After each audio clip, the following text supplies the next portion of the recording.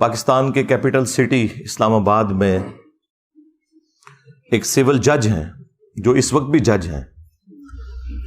ان کے گھر میں جو ڈومیسٹک وائلنس والا ایشو ہوا ہے، چھوٹی بچی ایک ملازمہ رکھی ہوئی تھی انہوں نے، آلموسٹ اس کی 13-14 سال عمر تھی، رضوانہ نام کی. وہ مظلوم بچی غریب ماں باپ کی بچی تھی، اور اسلام آباد میں اس طرح آپ کو گھر میں کام کرنے والے بچے نظر آتے ہیں. اگرچہ انہی عدالتوں نے باقاعدہ رولز اور ریگولیشنز پاس کیے ہوئے ہیں کہ چھوٹے بچے گھروں میں ملازمت نہیں کریں گے، قانون موجود ہے.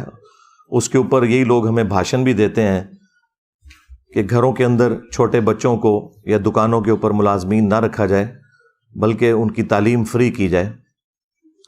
اور یہی لوگ جو لوگوں کو انصاف دینے والے ہیں، جب ان کے گھر سے اس طرح کی رپورٹ نکلی ہے تو میرا خیال ہے پاکستان کی پوری عدلیہ کے لیے یہ ایک شرمناک چیز ہے.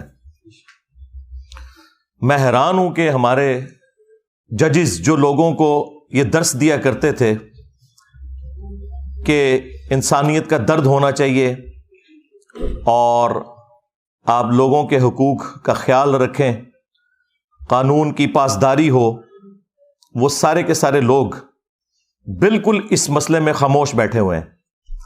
وہ وکلا جو چھوٹی چھوٹی بات کے اوپر ہنگامہ کھڑا کر دیتے تھے، الٹا اس وائلنس کے اوپر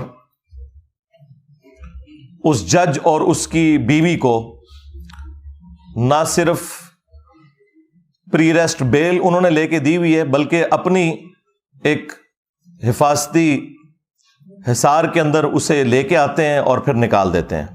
جتنے بھی لوگ ہمارے اس ملک کے اندر قانون کے ٹھیکیدار بنے ہوئے ہیں، آپ ان لوگوں کو دیکھیں، میڈیا کے اوپر آ کے لوگوں کو درس دے رہے ہوتے ہیں اس حوالے سے، اور پریکٹیکلی جب ان کے گھر کے اندر کوئی جرم نکلتا ہے، خواہ وکلاء کے اندر نکل رہا ہو، خواہ جوڈیشری کے اندر، تو یہ سارے کے سارے اکٹھے ہو کے اپنے بڑوں کے مفادات کی حفاظت کے لیے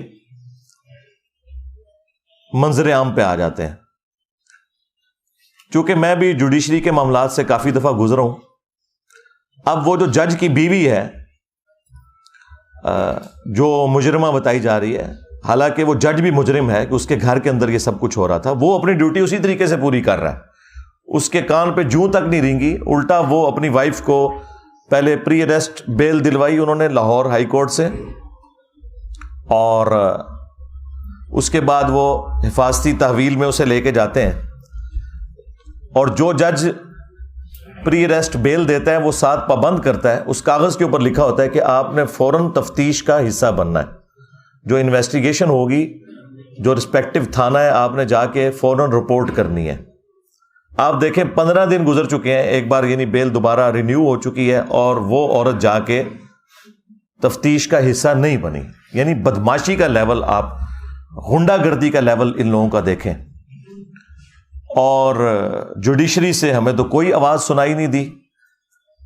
جتنے چیف جسٹس حضرات ہیں، یہ لوگ اپنے پولیٹیکل لیڈرز کی محبت کے اندر تو از خود نوٹسز لیتے ہیں، لیکن عوام کی محبت کے اندر کوئی بھی شخص از خود نوٹس لینے کے لیے، سو موٹو لینے کے لیے تیار نہیں ہے.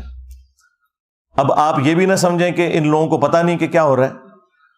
ان لوگوں کا ٹیمپرامنٹ اتنا ہے کہ میڈیا میں کوئی بات چلتی ہے تو اگلے دن جو ان کی عدالت لگتی ہے نا، اس میں باتوں ہی باتوں میں یہ میڈیا کی نیوز کو ریبٹل کر رہے ہوتے ہیں ہمارے جو جج حضرات ہیں.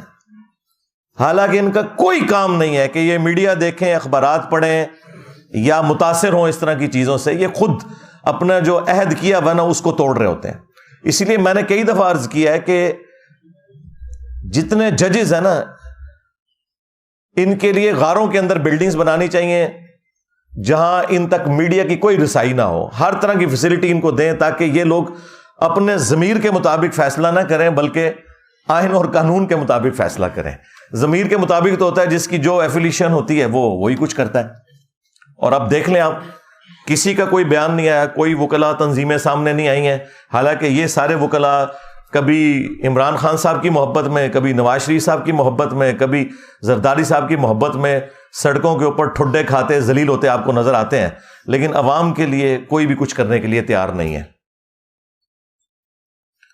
تو میں ان سارے کے سارے لوگوں کو اس حوالے سے مجرم سمجھتا ہوں. یہ سب کے سب لوگ ظالم ہیں, خواہ جوڈیشری میں بیٹھے ہوئے لوگ ہیں یا ان کے سپورٹو وکلاء ہیں, یہ سب کے سب لوگ اس معاملے میں پہلے نمبر کے اوپر مجرم ہیں, کیونکہ یہ ان کے گھر کی صفائی کا معاملہ تھا.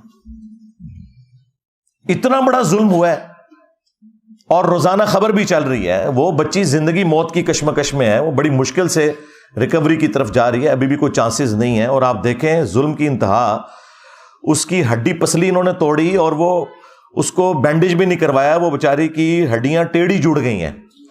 سر میں جو زخم تھا اس میں کیڑے پڑ گئے اور اس کی وجہ سے پورے جسم کے اندر تعفن پھیل گیا. اس کے آپ دیکھیں چہرے کے اوپر, باقی جسم کے اوپر کس طرح نشانات, یعنی جس کی اپنی اولاد ہے وہ دیکھ کے تو تڑپ اٹھتا ہے. یہ جانور ہیں یہ لوگ اوپر جو بیٹھے ہوئے.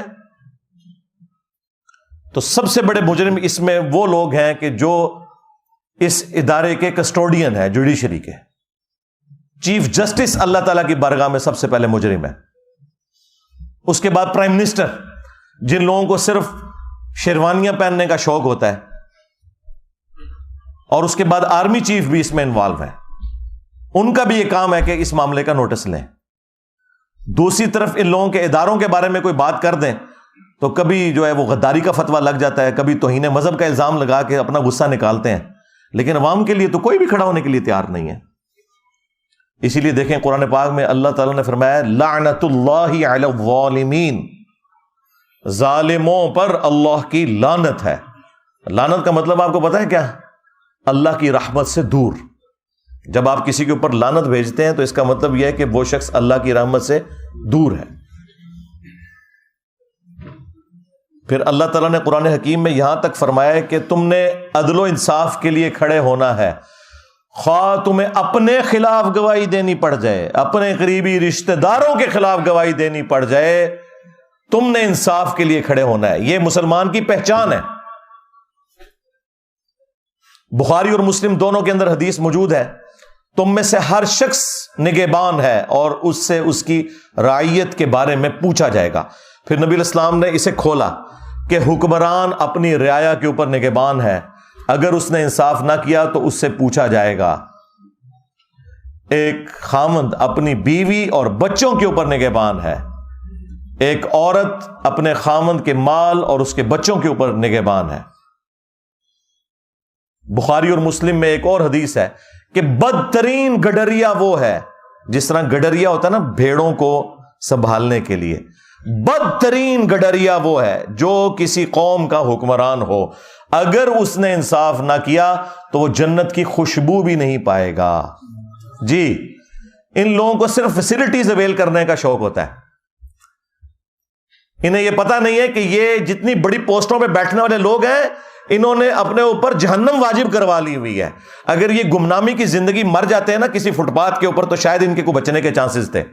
جو لیڈرشپ کے اوپر بیٹھا ہوا ہے اور اگر وہ انصاف نہیں کر رہا اور اس کے نیچے لوگوں کے اوپر ظلم ہو رہا ہے تو اس نے اپنے اوپر جہنم پکی کروا لی ہے. ہاں, اگر انصاف کرتا ہے تو وہ بخاری مسلم میں حدیث ہے کہ 7 لوگوں کو اللہ کے عرش کا سایہ نصیب ہوگا قیامت کے دن, جب کوئی اور سایہ نہیں ہوگا. ان میں سے پہلے نمبر پہ وہ شخص ہے جو عادل حکمران ہے. وہ پھر فضیلت اپنی جگہ ہے, لیکن یہ فضائل تبھی حاصل ہوں گے جب اپنے معاملات کو آپ صحیح طریقے سے لے کے چلیں گے. اور اس میں آپ صرف بڑوں کو, حکمرانوں کو سنگل آؤٹ نہ کریں, ہر مسلمان کے لیے ہے. صحیح بخاری اور صحیح مسلم کے اندر حدیث موجود ہے, مسلمان وہ ہے کہ جس کے ہاتھ اور زبان سے دوسرے مسلمان محفوظ رہیں. ایک اور حدیث ہے بخاری اور مسلم میں, تم میں سے کوئی شخص اس وقت تک مؤمن ہی نہیں ہو سکتا جب تک کہ اپنے بھائی کے لیے بھی وہی چیز پسند نہ کرے جو اپنے لیے کرتا ہے. کیا یہ لوگ پسند کریں گے کہ ان کے بچوں کے ساتھ یہ ہو رہا ہو؟